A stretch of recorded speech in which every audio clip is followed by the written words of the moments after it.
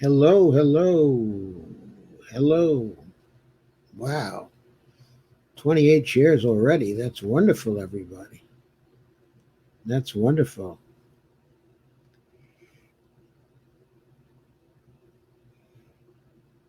Okay, there was probably an echo just now because I hadn't turned off the Facebook sound.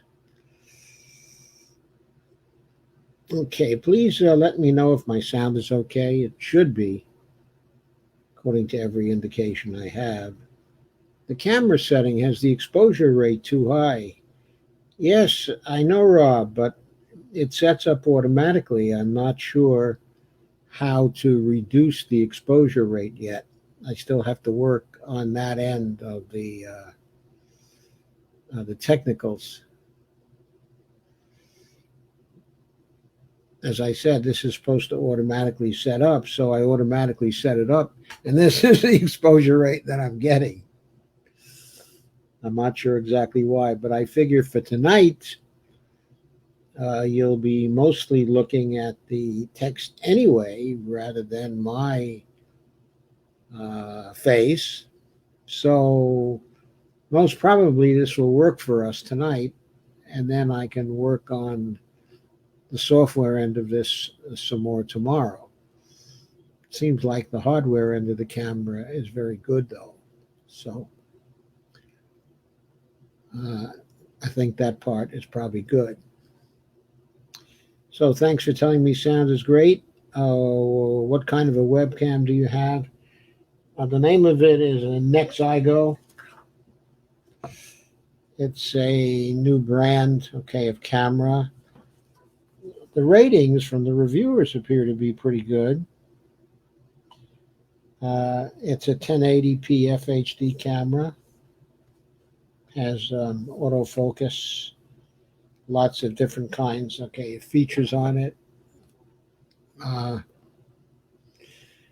so theoretically, it should be very good, but it's going to take some more setting up, I think. I didn't have time for that. However, today, because we do our food shopping on Monday, so we're busy most of the day with that sort of thing. And then I made dinner when we came home, and I had just a little time to test out my two cameras that I bought. This is the better of the two at this point, but I haven't had time really to test the other as well. So, anyway, let's get back to trade policy.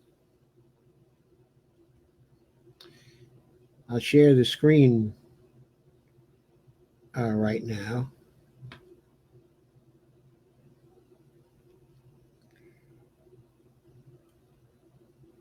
And we'll get to my book again.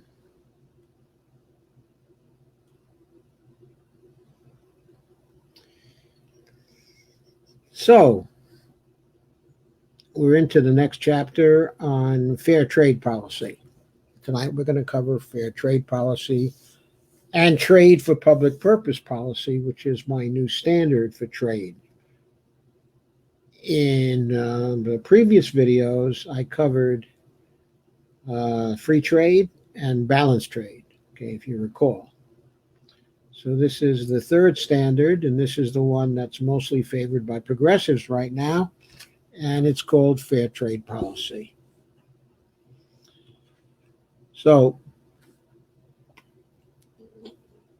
I say in the book, fair trade policy, as a discussion of it has developed, presents us with something of a conundrum.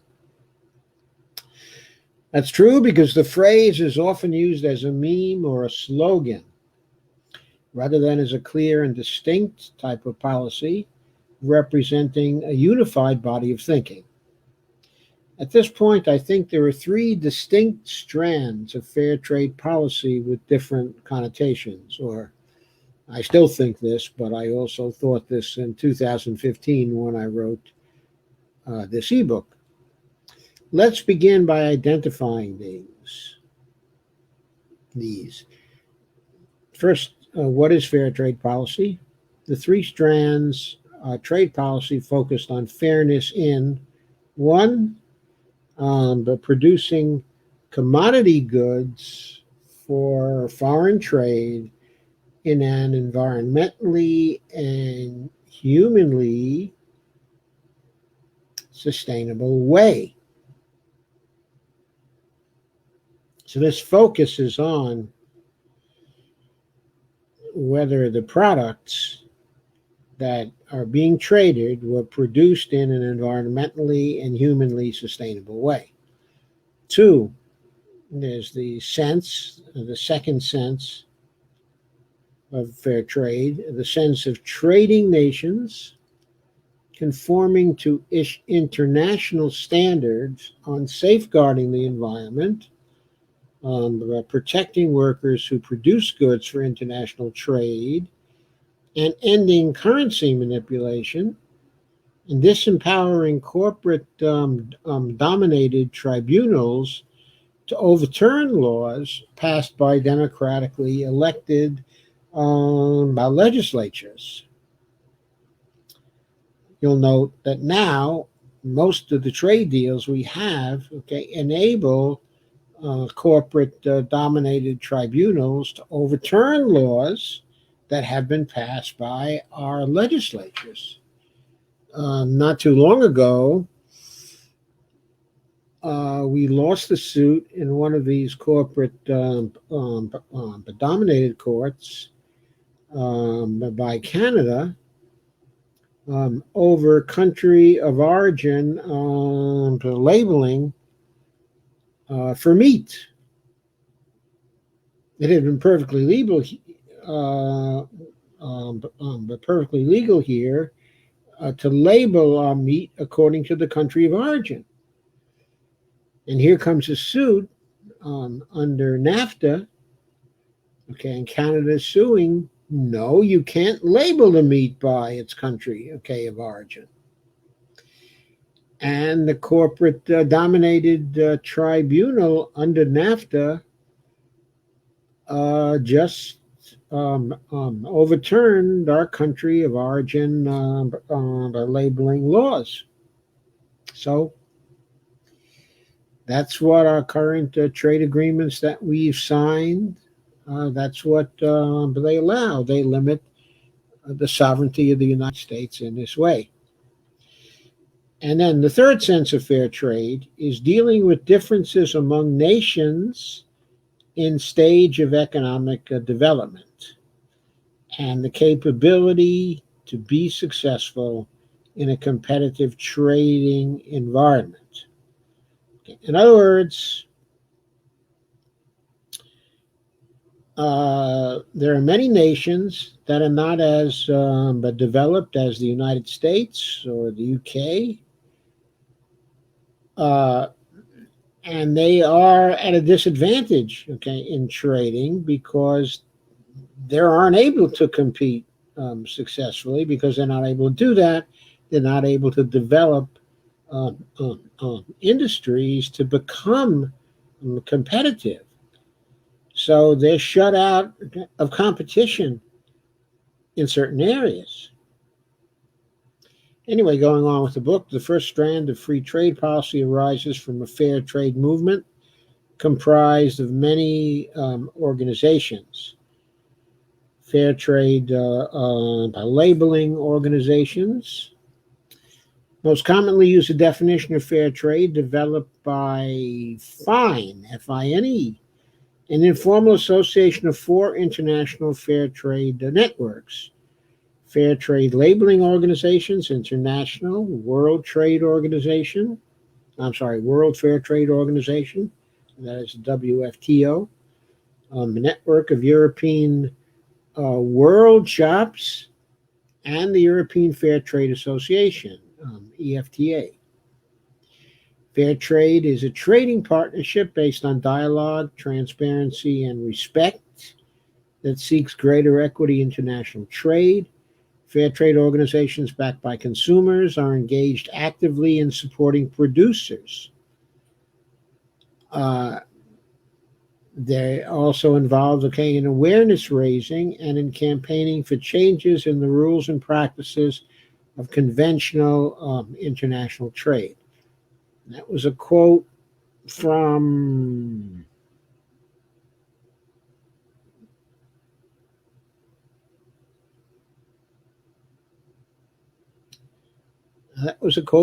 FINE, I believe.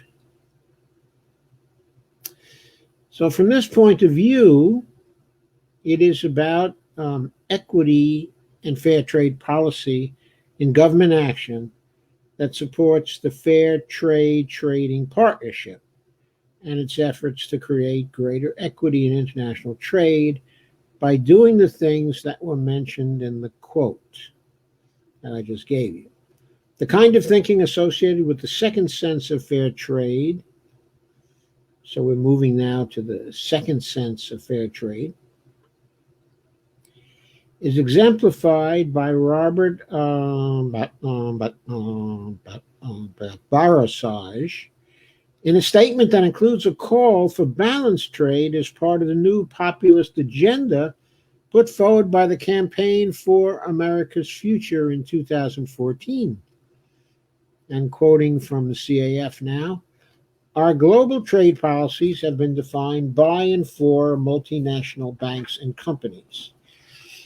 They have shipped good jobs abroad and driven wages down at home while racking up unprecedented and unsustainable trade deficits. Those imbalances, as the International Monetary Fund and former Federal Reserve Chair Ben Bernanke have noted, contributed directly to blowing up the global economy. The new populists demand balanced trade policies. They call on the administration to challenge the currency manipulation of China and the mercantilist nations. They want global rules that protect workers and the environment, creating a floor that lifts standards up, not a ceiling that drives them down. And they will challenge the ersatz corporate trading.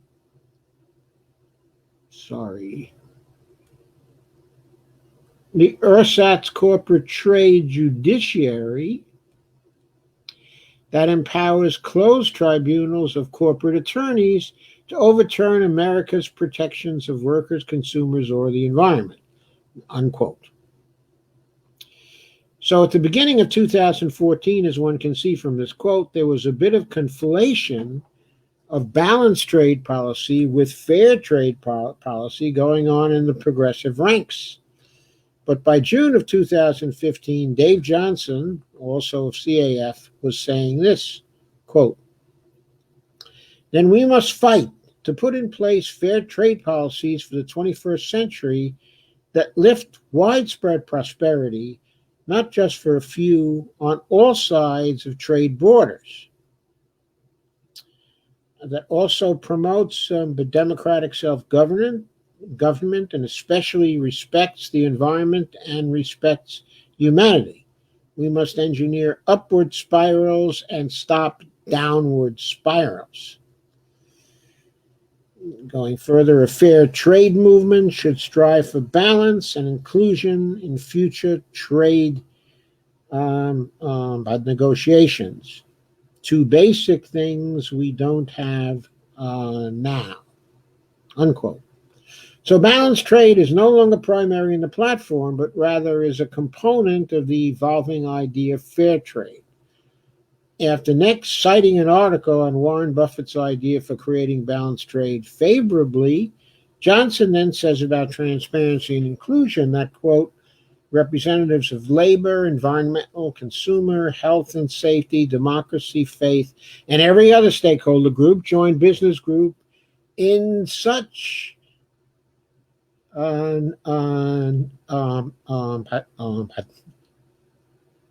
negotiations, unquote, implying that fair trade requires a participative process of negotiation. Johnson then moves to the Populism 2015 platform that CAF helped to write and quotes, our global trade and tax policies are rigged by multinational companies to drive down pay and worker protections while harming the environment. We need more but balanced trade, global standards that protect the rights of workers, consumers, and the environment. That requires a crackdown on tax havens, currency manipulation, and deals that allow corporations to trample basic labor rights here and abroad. Here, balanced trade is conflated with fairness requirements as Populism 2015 sees them. Johnson then goes on to quote the Congressional Progressive Caucus. Quote, America's current trade policy fails working families while increasing profits for the world's largest corporations. Excuse me. Trade agreements should create a net increase of good American jobs, spur more balanced trade between partners, and improve governance, public health, and environmental protections around the world. The Congressional Progressive Caucus believes the following principles can ensure fair trade agreements by prioritizing middle-class families and removing special protections and privileges for corporations. And then it sets forth a number of bullet points. Protect the Congress's authority to set trade policy. Restore balanced trade. See, there's again conflation of balanced trade with fair trade. Put workers first. Stop currency manipulation. Expand Buy America procurement practices. Is it possible that that could be in conflict with restoring balanced trade? Who knows? Only the shadow knows. Protect the environment for future generations.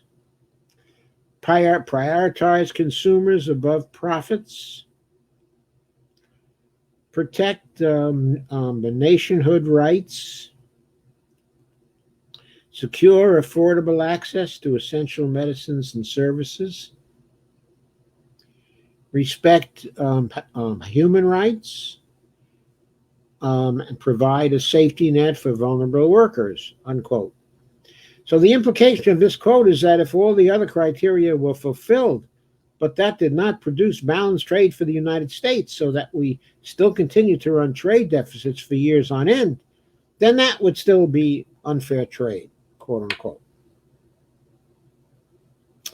Johnson next quotes the AFL-CIO position on trade policy and globalization, calling for a, quote, people-centered trade policy, unquote, that will, quote again,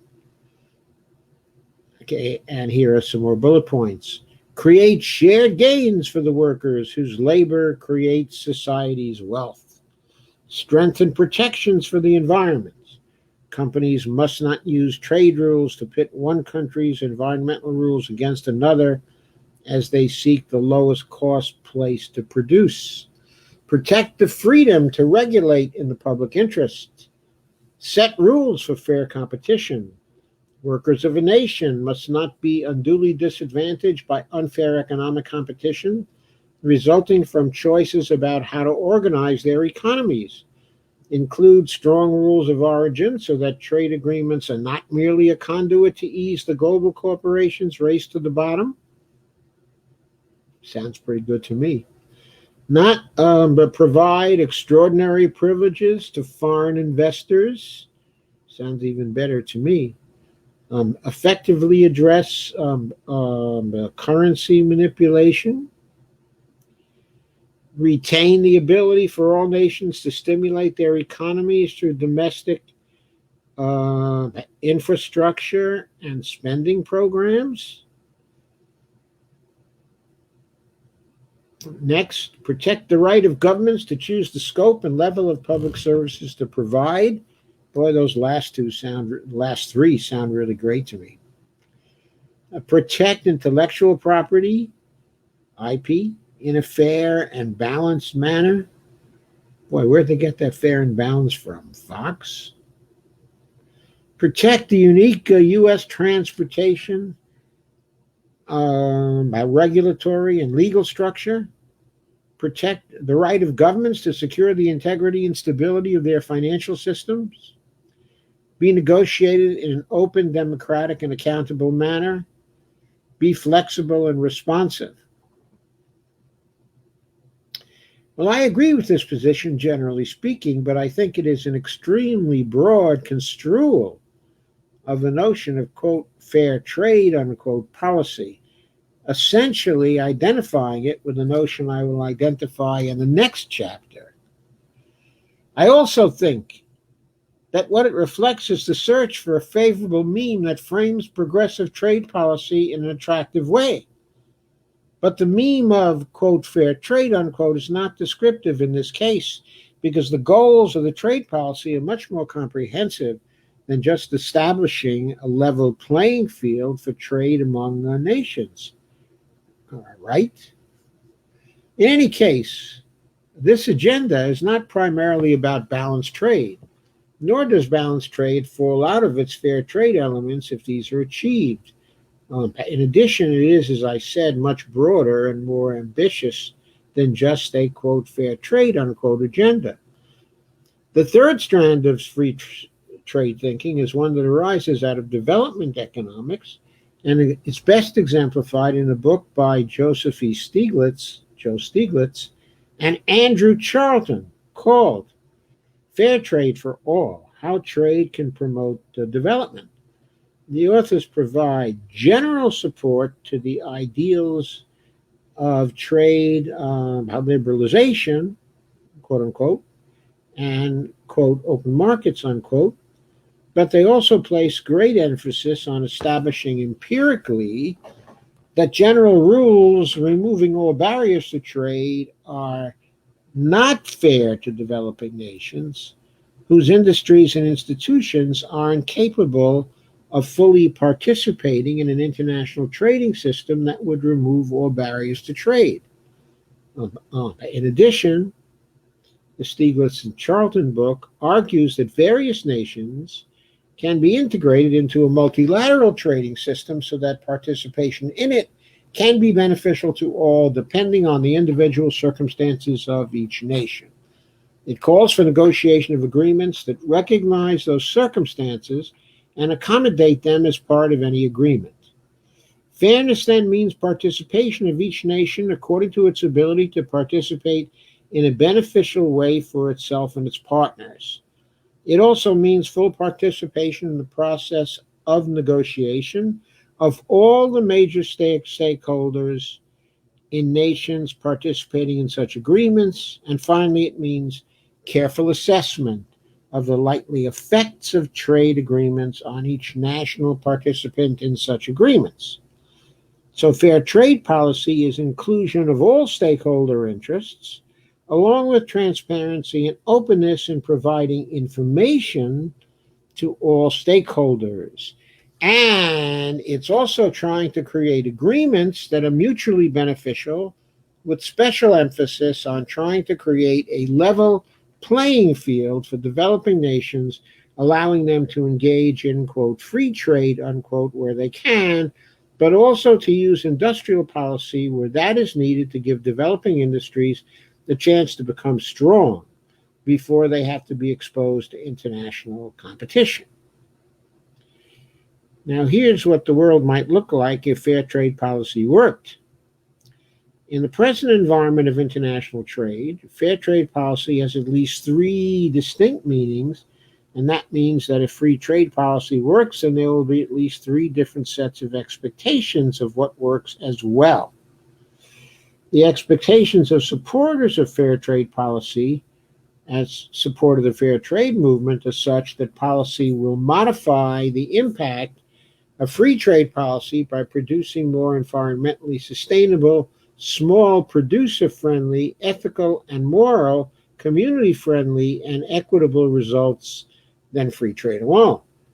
The expectations of the 2015 CAF populist platform are that its type of fair trade policy will bring back jobs to the U.S. in the millions, lead to balanced trade, reduce inequality, distribute the fruits of international trade much more widely than they are today, sustain the environment, contain climate change, and create fair treatment of all nations engaged in the process.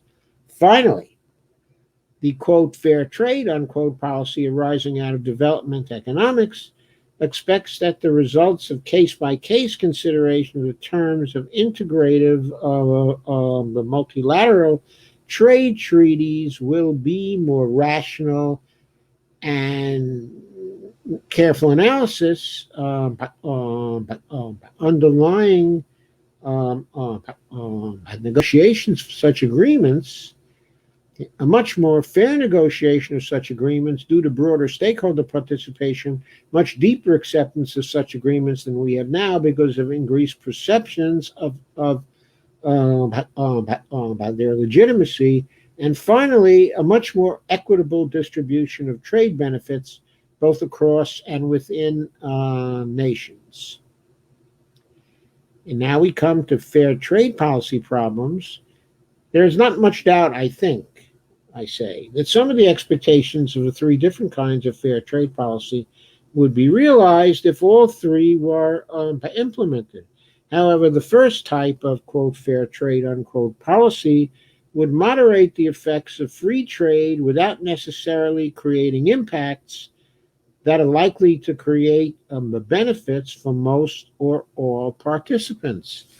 It promises to do little to ameliorate negative employment impacts, poverty impacts, distributional impacts, or community and cultural impacts of, quote, free trade policy, unquote. In short, it makes things better, but will not cure the discontents of free trade. Meanwhile, the populist 2015 notion of fair trade may work to produce substantial improvements in the impacts of free trade, but at the same time seems much more comprehensive than a policy designed to produce fairness in trade alone. On the other hand, even though the populist 2015 agenda would have a wide range of good effects, there is no reason to expect that it would result in balanced trade, eliminating continuous trade deficits in those countries like the United States, whose multilateral agreements and relations are such that trade deficits are a very hard result to avoid.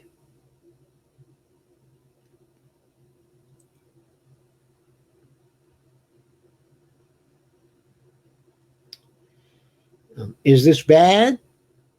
And if not, are the results that would be produced beneficial enough to pursue such an agenda? My answers to these questions are first, that running continuous trade deficits is a good thing rather than a bad thing for the United States, so that balanced trade is not a necessary component of free trade, and also that in spite of this, the results that are likely to be produced by this brand of fair trade are still not beneficial enough for the United States to pursue such a trade policy. The third strand of fair trade policy emerging, I lost control of that. The third strand of fair trade policy emerging from development economists is the one that most closely corresponds, in my view, to the intuitive notion of nations involved in fair trade as a general policy, and also is one that can easily integrate the first strand of fair trade policy in its purview. The reason for that is that it starts out with a clear idea of fairness,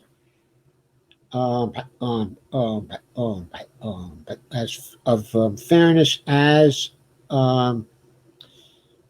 essentially mutual benefit for all participants, facilitated by a lot of hard work to ensure that each nation's participation in multilateral agreements to achieve a likely mutual benefit is designed differently to maximize the likelihood that such participation will deliver the expected benefit. However, even though this would be a great outcome for that version of fair trade policy, it still does not guarantee that the kinds of objectives listed in the populist agenda would result from this version of fair trade. Nor is there any reason to expect that fair trade of this kind is likely to result in balanced trade. So I think one has to recognize that none of the variants of trade policy discussed, including free trade policy and the three kinds of fair trade policy, are likely to produce balanced trade for the United States. On the other hand, it seems just as clear that trade policies that actually target the trade deficit and ensure that it will be gone or will be small won't produce the wide range of benefits of the variations of fair trade policy we have just reviewed. So we now come to the question of whether we really need balanced trade or not. And that is one I will keep coming back to and then answer gradually in the remainder of this book. So I hope you liked that chapter. I kind of thought it pretty much dispatched the idea of fair trade policy. But maybe you don't think so. That's, anyway, the progressive mainstream policy right now. Where I think the really progressive policy is trade for public purpose policy, which we're going into right now. Whether a nation needs balanced trade depends on its circumstances. Continuous trade deficits actually deliver net real benefits to a nation, but can only be sustainable if that nation is a monetary sovereign. If a nation has full monetary sovereignty, which means one that it issues its own non-convertible currency and reserves, two, allows its currency to float in international exchange markets, and three, incurs no debts in currencies it cannot issue. And Fidel Kabub likes to add a fourth to that, which is that it also means taxing in one's own currency, and I think that's a good criterion to mention also. Then it cannot be forced into insolvency by the reactions of markets to excessive debts it incurs in its own currency. So a monetary sovereign doesn't need balanced trade so long as other nations are willing to export more to it than they're willing to buy from it, even if it runs budget deficits and funds these through unnecessary and foolish debt issuance. It is fully capable of running continuous deficits for many years, even decades, until its trading partners no longer want to accumulate its currency/reserves as foreign exchange or buy its bonds as an investment. If balanced trade isn't a problem for nations like the United States, the twin goals of balanced trade policy, namely benefiting from the removal of trade barriers while achieving the goal of balanced trade, reduces to one goal, and that is gaining net benefits through new trade arrangements by removing trade barriers among trading partners. That one goal raises other questions, such as what is net benefit for a nation, and how can we evaluate and estimate it? And the next section of this chapter is called Net Benefit, Public Purpose, and Trade for Public Purpose Policy. And I start off by saying that a net benefit from a trade policy or agreement exists when the ratio of real trade benefits to real trade costs resulting from the impact of the policy is greater than 1. What kind of net benefit? My answer is net benefit with respect to, quote, public purpose, unquote. Since government policy is supposed to be aimed at accomplishing public purpose or the public interest or the general welfare or similar ideas with slightly different connotations, that's the concept we should be focusing on. The measurement of net benefit with respect to public purpose is another matter. I won't fully develop a measurement model for this idea here because it's inconsistent with the type of book this is and its intended audience. For those curious, however, I've outlined the approach to such a model in the context of developing methods for measuring, quote, truth-likeness, unquote, in Chapter 5 of my book, co-authored with Mark by W. McElroy, called Key Issues in the New Knowledge Management. The first step, that was a 2003 book, by the way. God, I can't believe that book is 17 years old already. That's ridiculous. The first step in developing a measurement model of, quote, net benefit with respect to public purpose, unquote, is to identify the dimensions of public purpose that will specify the underlying extraction. To do that isn't so much to define public purpose as it is to offer the beginnings of a theory of it. That's a political theory, that is, about what is public purpose. That means my efforts in this respect are hypothetical, that my specification is only one alternative. My best effort at doing this at the time, that is in 2015. Other efforts will differ from mine. In fact, I later did some work with D.C. Rutledge, one of my fellows in the Center for the Public Purpose, and we developed 54 dimensions of the public purpose. We haven't completed the write-up of that yet. I guess we've been thinking about it for a long time, but the basic point is I'm not going to specify 54 dimensions here, but still an appreciable number of directions. So what I'm saying is that I've already worked on and developed an alternative to what I'm going to say here. And more alternatives can be developed, and the more the merrier until, through the process of critical analysis and comparison of all the alternatives, there develops a consensus on what alternative seems closest to the idea of the public purpose. Anyway, other efforts will differ from mine, and there will be debate over which specification is closest to the truth, the most useful, or the most legitimate, depending on one's epistemological orientation. What I mean by that is that the epistemological goal of a certain kind of science is getting to the truth. If you're a pragmatist, however, then you might want to get to the most useful formulation. Or if you're taking a normative approach to the public purpose, and public purpose certainly seems like it's partly a normative concept, then you might be interested in which normative formulation of public purpose is the one that most closely approaches the legitimate formulation of public purpose. So there we're looking for legitimacy as opposed to truth.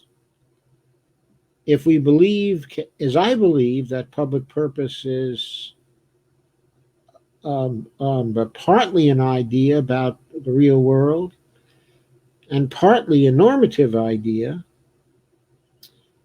then I'd be applying a dual standard, a dual notion of correspondence, which formulation is closest to the truth and which is closest to the legitimate. But I'm not going to take that up here. Those are very philosophical questions and very complex and go beyond the scope of this particular book. In any event, public purpose, quote unquote, is above all about purpose. It is about a complex, multidimensional intention to change and improve the world, to close gaps between what exists and what one thinks ought to be. I'll use the term purpose gaps to put a name on such differentials. Okay. I'll note here that sometimes in her book, Stephanie Kelton seemed to be talking about purpose gaps, at least in part of her book. So maybe unconsciously, she may share some of the orientation we're talking about here. Certainly, Pavlina Chernyeva also talks about public purpose and gaps in the public purpose. Okay, in a good bit of what she writes, it comes out and it comes up. Nations will differ in the purpose gaps they think are important. But if one wants to develop a single purpose gap framework to describe the public purposes of all nations, then one needs to work to develop a general set of such categories, while recognizing that for some nations, some purpose gaps will just be zero or very close to such a score. So, in purpose gap frameworks for all nations, you can have a common set of categories for all, while expressing the differences among nations. That would be done through profile differences defined by differences in purpose gap scores. I hope you understand what I mean there. If you have a different set of scores for each nation in a full set of dimensions, along a full set of those or categories, you have scores, and many of the scores just are not there because they're null for a particular nation. So the gap is zero for that particular nation, then the gap is zero for that particular nation, and there might be a second nation for which there are gaps defined that have values that are not null with respect to the gaps that are null in the first nation. So in that way, and also in the differences of the gap scores, you can express the differences among nations. In any event, here's my view of the important purpose gaps comprising the dimensions of public purpose for America today, expressed as a set of public policy intentions. I don't believe this set is a general set of categories sufficient to describe and evaluate progress towards public purpose in all nations, but it perhaps specifies a dimension of public purpose currently important for the United States, creating greater clarity in what I mean when I talk about net benefit relative to public purpose. 1, maintaining or creating the monetary sovereignty of nations who are parties to trade agreements.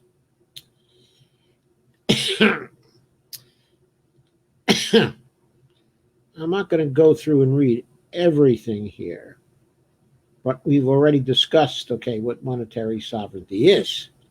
So maintaining or creating it is the first of the dimensions that I think are important.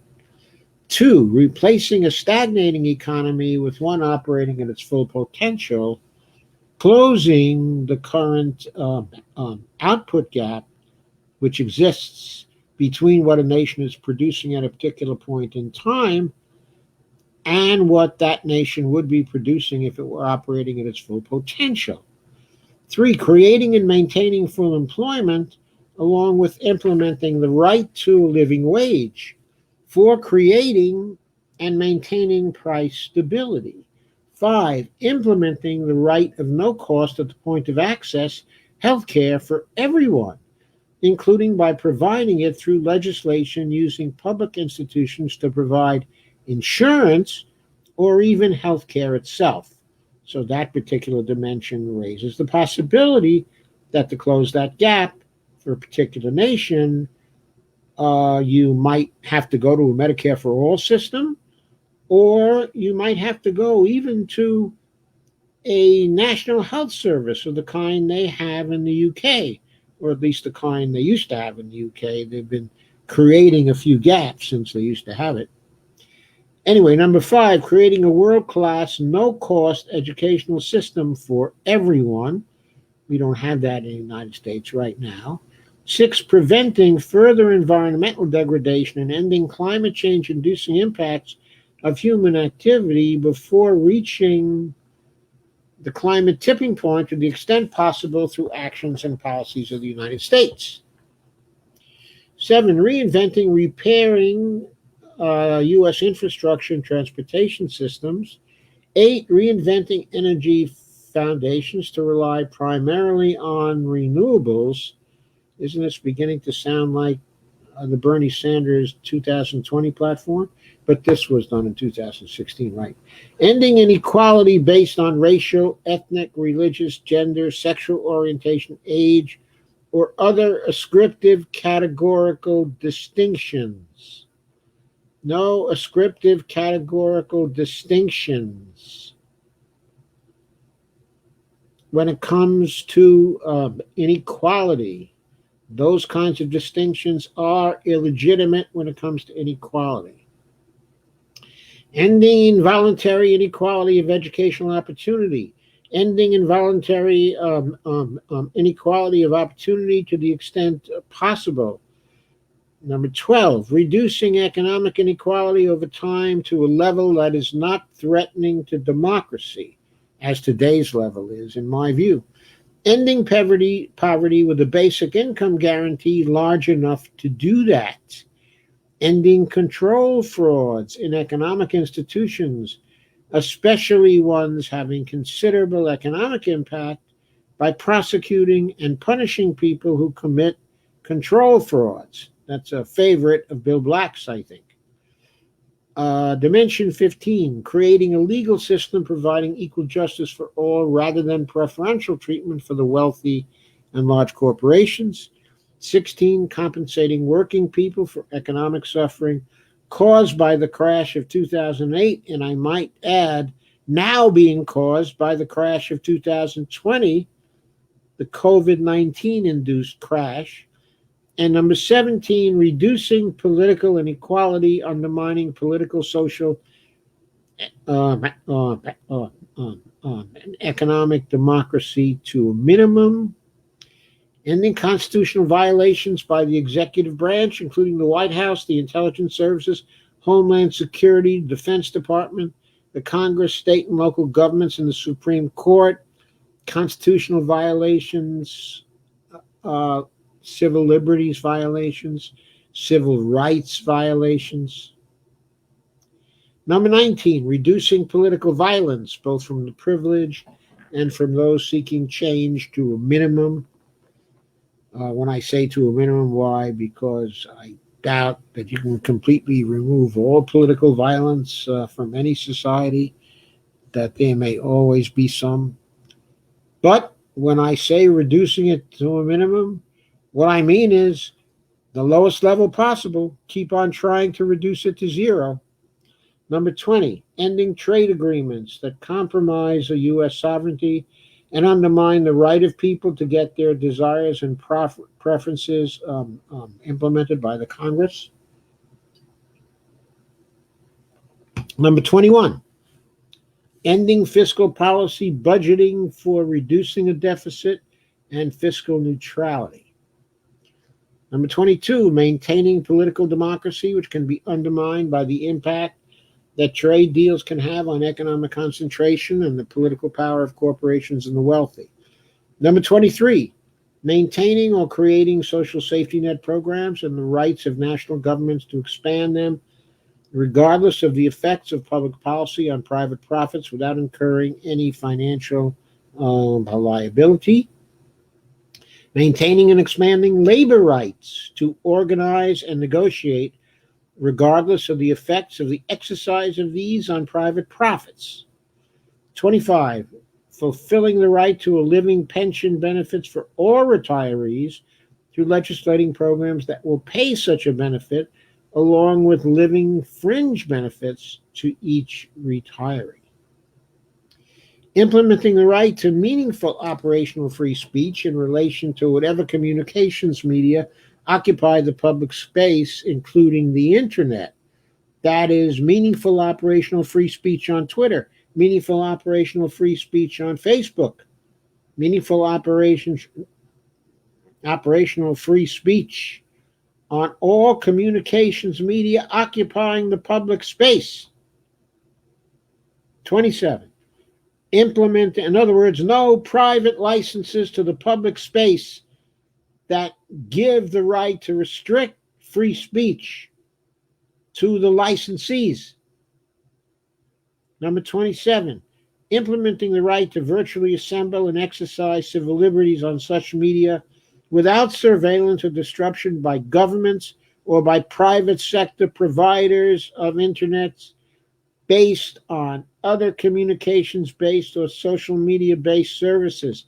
Hello, YouTube. Hello, Facebook. Hello, Twitter. Number 28, implementing civil rights, including the right to pay equity wherever it is denied by using ascriptive criteria like race, ethnicity, gender, sexual preference, or any other ascriptive criterion. Number 29, implementing the right to free, high-quality public education at all levels. Number 30, implementing complete freedom of government for governments at all levels, consistent with federalism, to manage and regulate the financial sector for the public purpose under law without any interference from private tribunals operating outside the public court system. 31, implementing the right to complete freedom at all levels, consistent with federalism, for governments deciding to depart from free trade principles to protect, subsidize, or otherwise favor businesses in relation to areas of economic activity the government views as necessary for both current and future sustainability of the nation, including its democracy, national economy, national security, public safety, public welfare, innovation capability, or energy foundations. 32, creating a trade policy and trade agreements achieving sustainable net benefits relative to public purpose for both our trading partners and ourselves. So this is the reciprocity dimension, to allow other nations trading with us, our trading partners, to also negotiate for their notions of public purpose. Where these public policy intentions are involved, the Congress should retain the right in trade relations and agreement to erect and maintain those trade barriers or national fiscal policies it deems necessary to safeguard these public policy intentions and the purposes they are based on, without being subject to legal or quasi-legal actions from private entities seeking redress for lost profits or, quote, reasonably expected, unquote, profits. In fact, to safeguard these and other public policy intentions and aspects of public purpose, our trade policy and the policy of other sovereign nations should be to conclude international agreements that provide for trade without tariffs or other barriers, but only where that free trade isn't in conflict with any of the other public policy intentions I've listed, and also to legislate as part of any trade package policies and programs that will compensate for trade impacts on any of these public policy intentions. In this view, in other words, trade policy involves not only trade legislation, but also legislation in the area of domestic fiscal policy to compensate for negative impacts on the public policy intentions listed. In particular, since neither trade deficits nor budget deficits can easily be controlled by a government seeking to fulfill all the previous public policy intentions, and since the objective of trade agreements is primarily to acquire real benefits for the private sector rather than trade surpluses or smaller trade deficits, both trade deficits and budget deficits should be allowed to float as necessary as the government takes the actions necessary to pursue the various public policy intentions of benefit to its people, and also to see to it that the private sector in the aggregate doesn't experience macroeconomic deficits, creating growing debt in that sector over time. Unlike government debt, which is insignificant for monetary sovereigns because it can always be paid by them, rising private debt needs to be prevented due to its unsustainability without producing damaging economic cycles and eventually financial collapse and debt write-offs. This may be called, quote, sustainable trade for real value, unquote, and in the U.S. case, and perhaps in other nations too, is synonymous with trade for public purpose policy. And it should always be legislated as a package with fiscal policy for public purpose, since again, there is no such thing as a, quote, pure, unquote, free trade bill without implications for other parts of society. Whatever name one puts on this sort of policy, it is clearly inconsistent with what we know about the drafts of the Trans-Pacific Partnership, of the Transatlantic Trade and Investment Partnership, and the Trade and Services Agreements, which appear to be targeted towards special interest benefits and perhaps seeking reduced trade deficits, an irrelevant concern for the United States as long as the government will compensate for the lost private sector demand caused by these agreements with full employment through direct job creation programs. However, a sustainable trade for real value or trade for public purpose policy is perfectly consistent with the idea of the national interest, which is supposed to be the principle on which America's foreign policy, including its trade policy, is based. Relative to the above list of public policy intentions, achieving public purpose means fulfilling them, and evaluating a policy relative to public purpose is about the likely potential and the actual impact of policy in moving our nation towards fulfilling these intentions. Of course, trade policies will have differential effects on public policy intentions, both within and across nations. We need to estimate and, if feasible, measure the impact of them, and we also need to evaluate the different impacts of alternative and current policies in value terms in order to decide on the closeness of approach of alternative policies to maximize net benefit by relative to our own public purpose and the public purposes of our trading partners. I know this is difficult, but it is much better than the kind of approach we use now when we debate and compare trade alternatives. It is better than just assuming that the managed trade passed under the influence of special interests while screaming free trade is always the best alternative. It is better than using a simple standard like balance trade and just assuming that when we eliminate large trade deficits, we're doing a good job at trade policy or creating growth, prosperity, and greater equality in the United States. It is even better than assuming that calling something fair trade, quote unquote, based on an ad hoc analysis of a limited set of a few criteria, will produce trade agreements that will mutually benefit the United States and our trading partners in the way we would all like. Even more, it is better than the other approaches because it allows us to integrate and unify both trade policy and domestic fiscal policy using the same evaluative standard. I'll have more to say about this below, but I would add here that you should be able by now to clearly see that if we did this, it would be revolutionary because we do not now evaluate our domestic fiscal policy and our trade policy using the same evaluative standard. These types of policies are not integrated at present. We don't look at them as a whole. We don't take a systems approach to them as a whole. Anyway, the next section. If trade for public purpose policy worked, then nations that practice it would have sustainable net benefits from trade.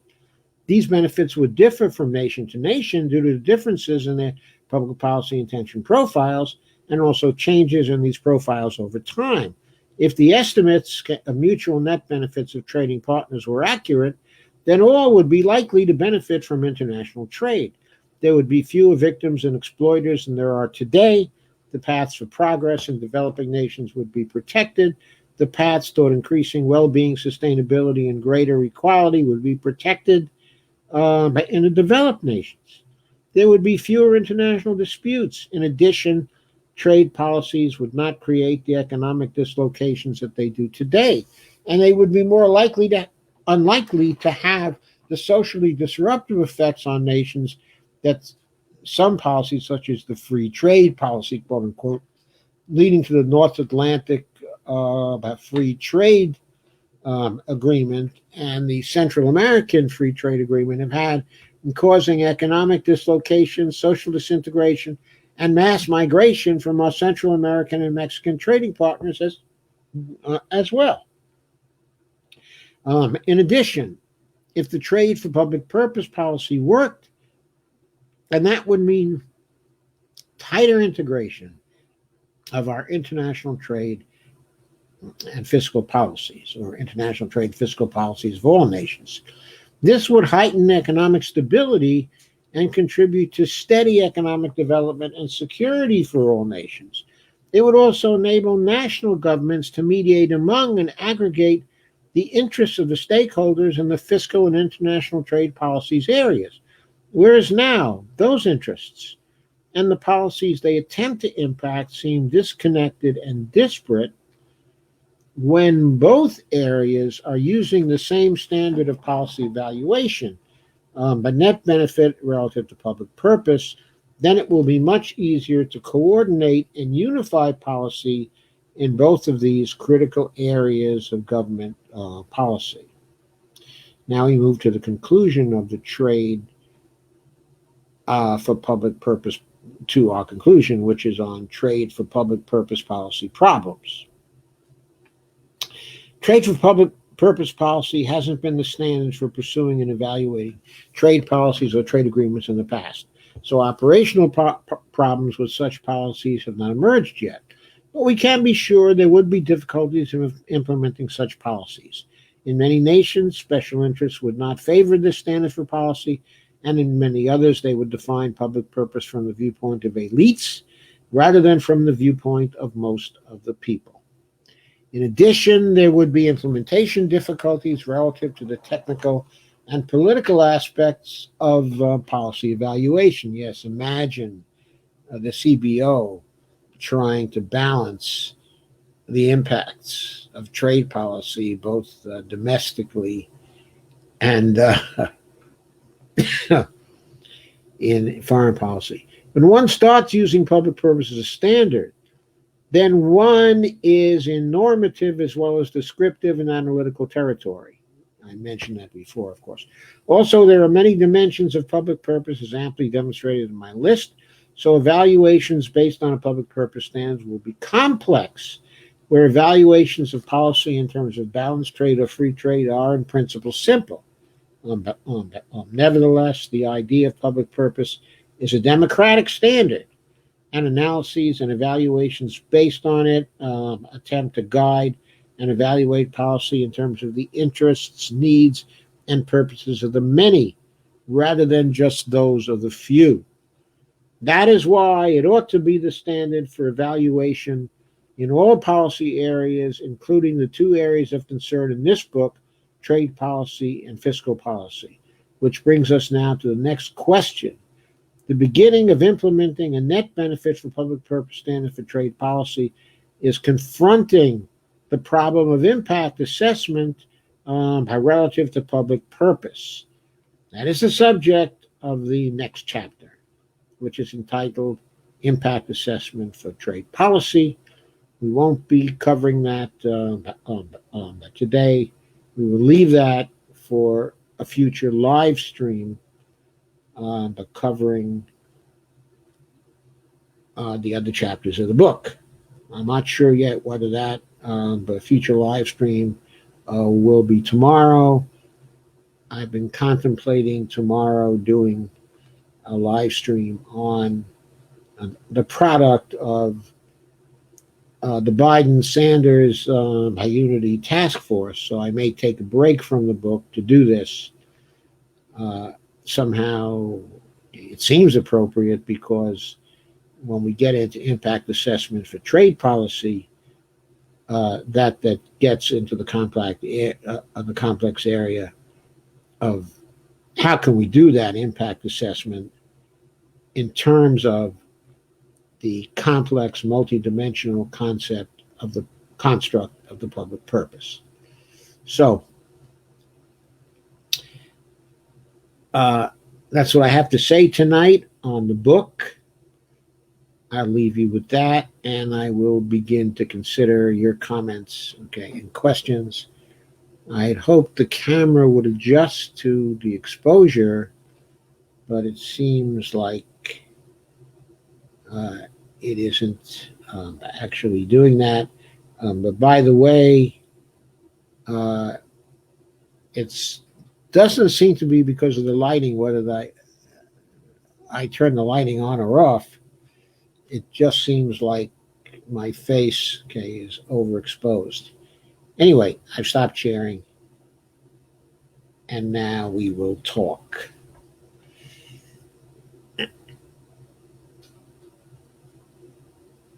And Dolores says, sharing because sharing is caring. And Rob says, the camera setting has the exposure rate too high. I know. I don't know what to do about that yet. Rob asks, so what kind of webcam do you have? I have an Exigo. It's being sold by Amazon. It may very well be a brand that was created to be sold by Amazon. I'm not aware of anybody else selling it. I haven't really looked. I thought the specs and the price point were great. I don't know about the overexposure right now. I have to find out what's causing that, what I can do about it. Chris Churchill says, gold-backed currency and no more government overspending. Oh, Chris.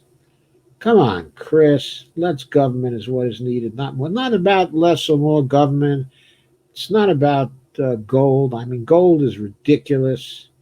It would just create even more of an oligarchy than we have now, Chris. It's absolutely ridiculous. We'd have depressions every 7 years. So, of course, we have them every 7 years now because the Congress is acting like we're still on the gold standard. But we're not going back to the gold standard. I mean, gold bugs. It's just nuts, Chris. I'm sorry. It's nuts.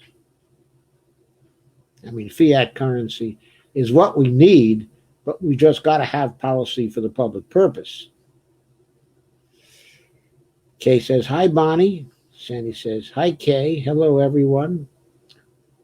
Evelyn says, not exactly sure why Canada is against labeling meat with country of origin, Dr. Joe. I don't know why they were.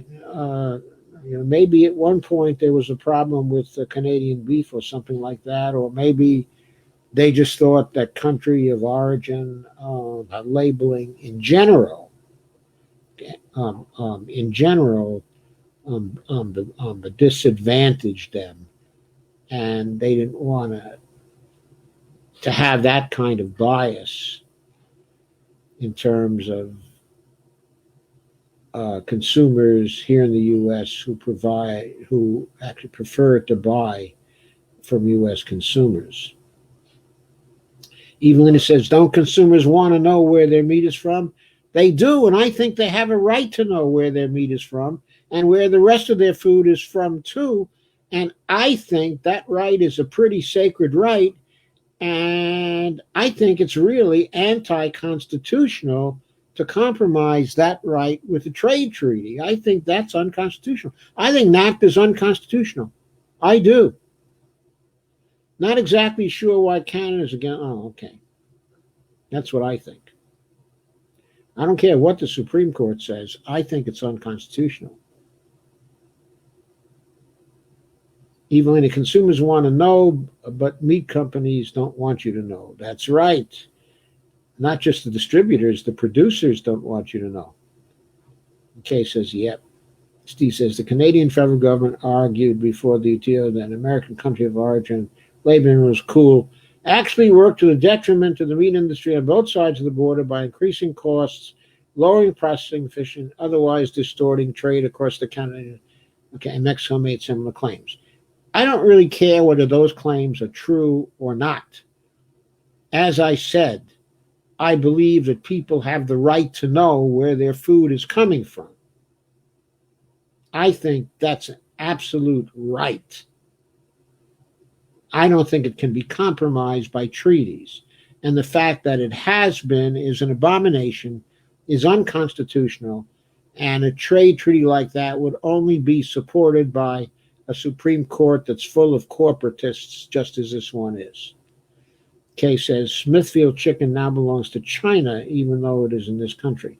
Well, it's a different question as to who owns the company and where the meat is produced. Those are two different questions.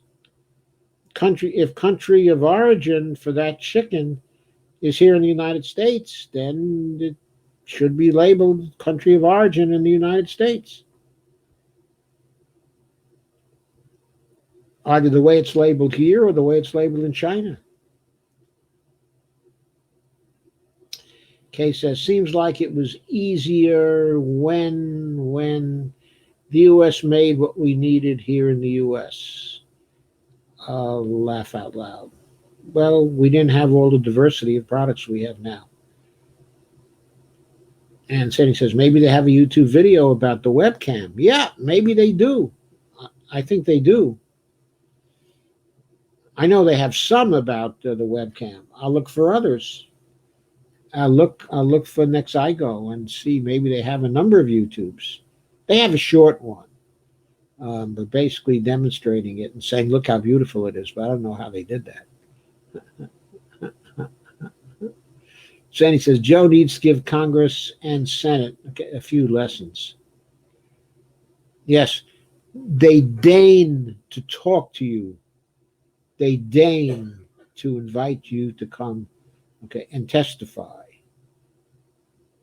Sandy says, I don't understand why they ship meat to China to be processing and then ship it back here because they don't want to pay the overhead charges for American labor to process the meat. That's why, Sandy. You know why. Kay says, Smithfield does that, Sandy. Where, Kay, is Smithfield, Kay? Are they in Arkansas or something? Sandy says, it is probably why we have so much in salmonella problems. Probably. That is probably why. Okay, I await any more questions or comments. Rest assured, I will be working on getting this camera to behave better tomorrow. So I will certainly check that out. Any other comments or questions?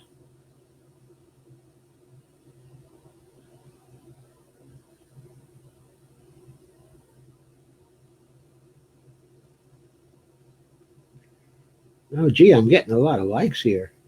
Thank you. Thank you very much.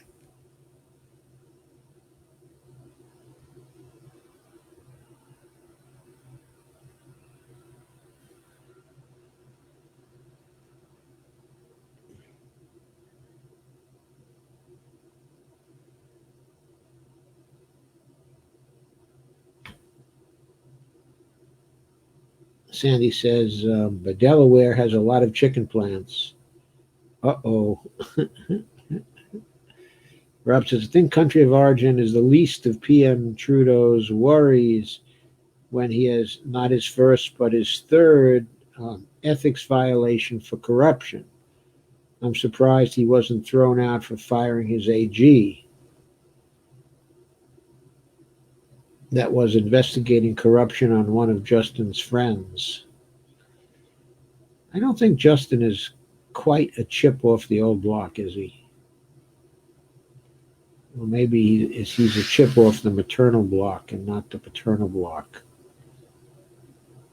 Sandy says Smithville is probably there. Sandy says Smithfield.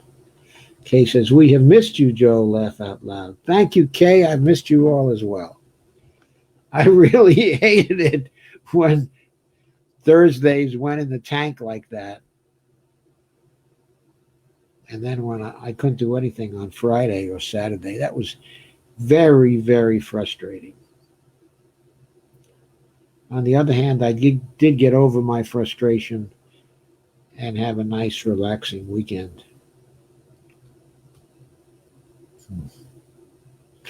As relaxing as it can be when one is in the middle, of COVID.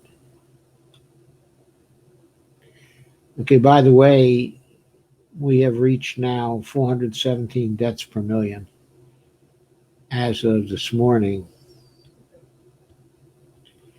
I guess, I ought to remind you of that, and I probably ought also to remind you, let's see, RT.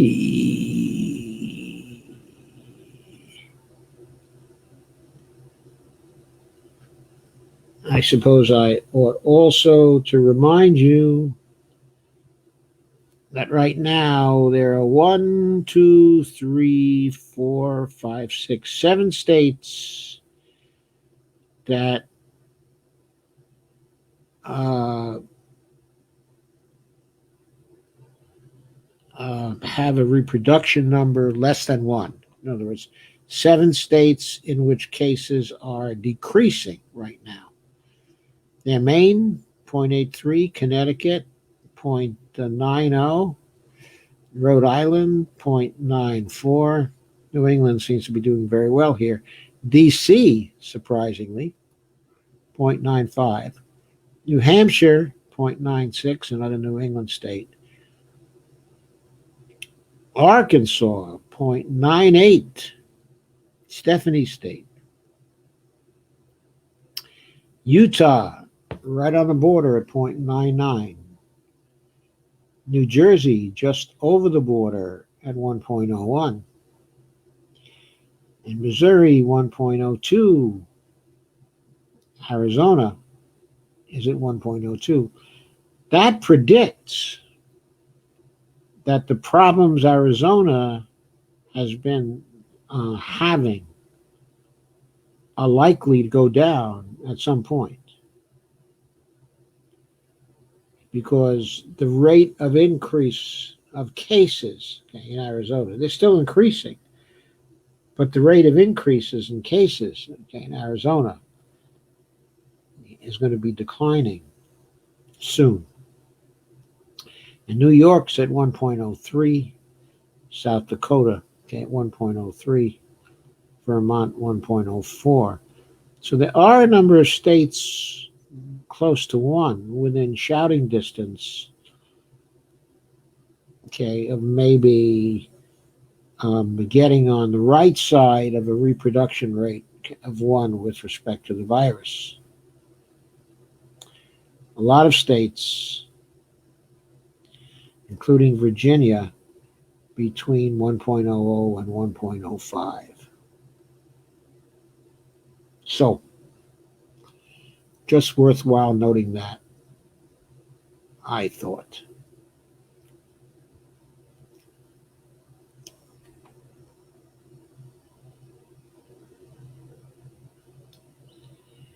The sound is not coming from my webcam, Sandy. The sound is coming from my Samsung mic, as usual. The sound on this webcam perhaps is very nice. I'm just not using it. It's supposed to have a good microphone.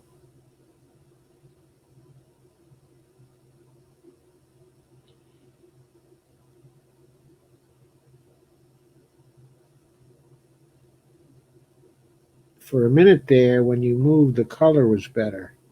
Maybe I need to move a lot. Maybe if I move a lot, it will start to focus in. Maybe that's what it needs. I've been pretty... Yeah, it seems to have a real halo effect. The behavior on it was rather strange. When I turned off all the lights in the room, I did that. And boy, was it bright on my face then.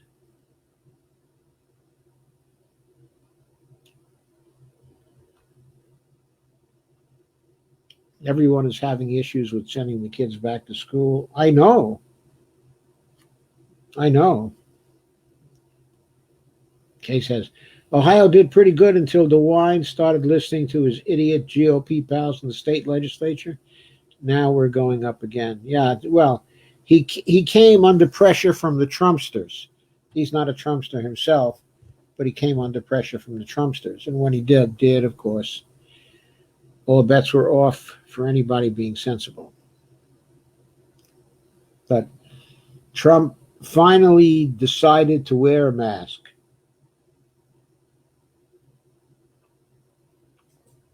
Steve says COVID-19 damages many organs, including vessels and brain, can be permanent damage for life. Latest information from Italian doctors. Now I know, Steve, I've been hearing that also from John Campbell. It just attacks all kinds of things. It seems like we all had better concentrate on making our immune systems as strong as we can possibly make them. Kay says, I wouldn't be sending my kids back to school for sure. Well, depending on whether they enforce it or how they try to enforce it, you may find the police at your door if you don't send the kids back to school. I'm just saying. They have ways of enforcing that. They do. Any other comments or questions?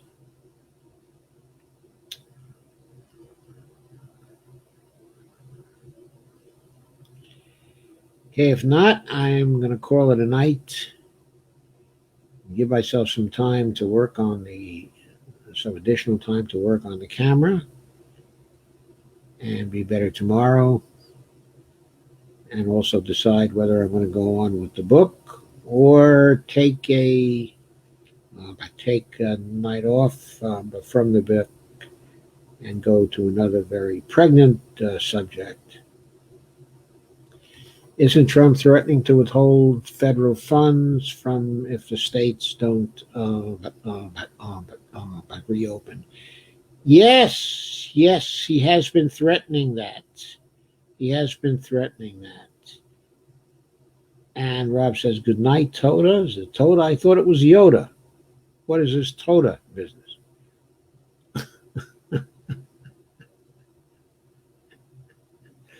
Dolores says, thank you and good night. Kay says, if I were more educated, I would homeschool.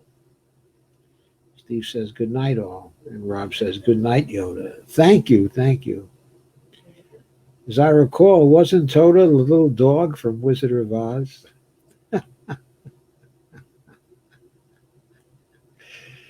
Okay, folks. Have a good night.